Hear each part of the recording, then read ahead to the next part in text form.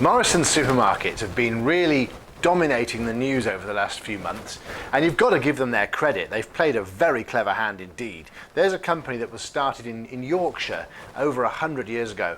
Very, very traditional grocery company. And actually the Morrison family is still very much in charge of the day-to-day running of the firm, even though it is a publicly listed company on the London Stock Exchange, and its shareholding is extremely diversified with a lot of public investors.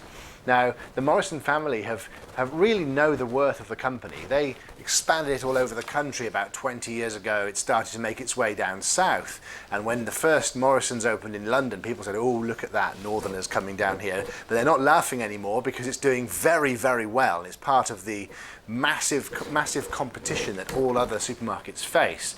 Now, over the last few months, the reason for the share price being so high is that it's been part of an acquisition war, and quite a few companies have been bidding for it, and Morrisons have played a very clever hand. They have kept declining the offers, saying this is an undervaluation, and keeping calm and not jumping for the first offer that came on the table, despite the huge value of that first offer.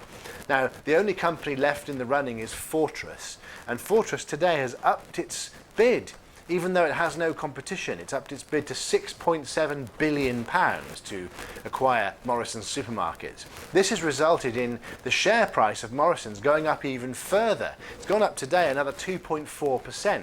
That might not sound like a lot, but that is a 6-month high for the company.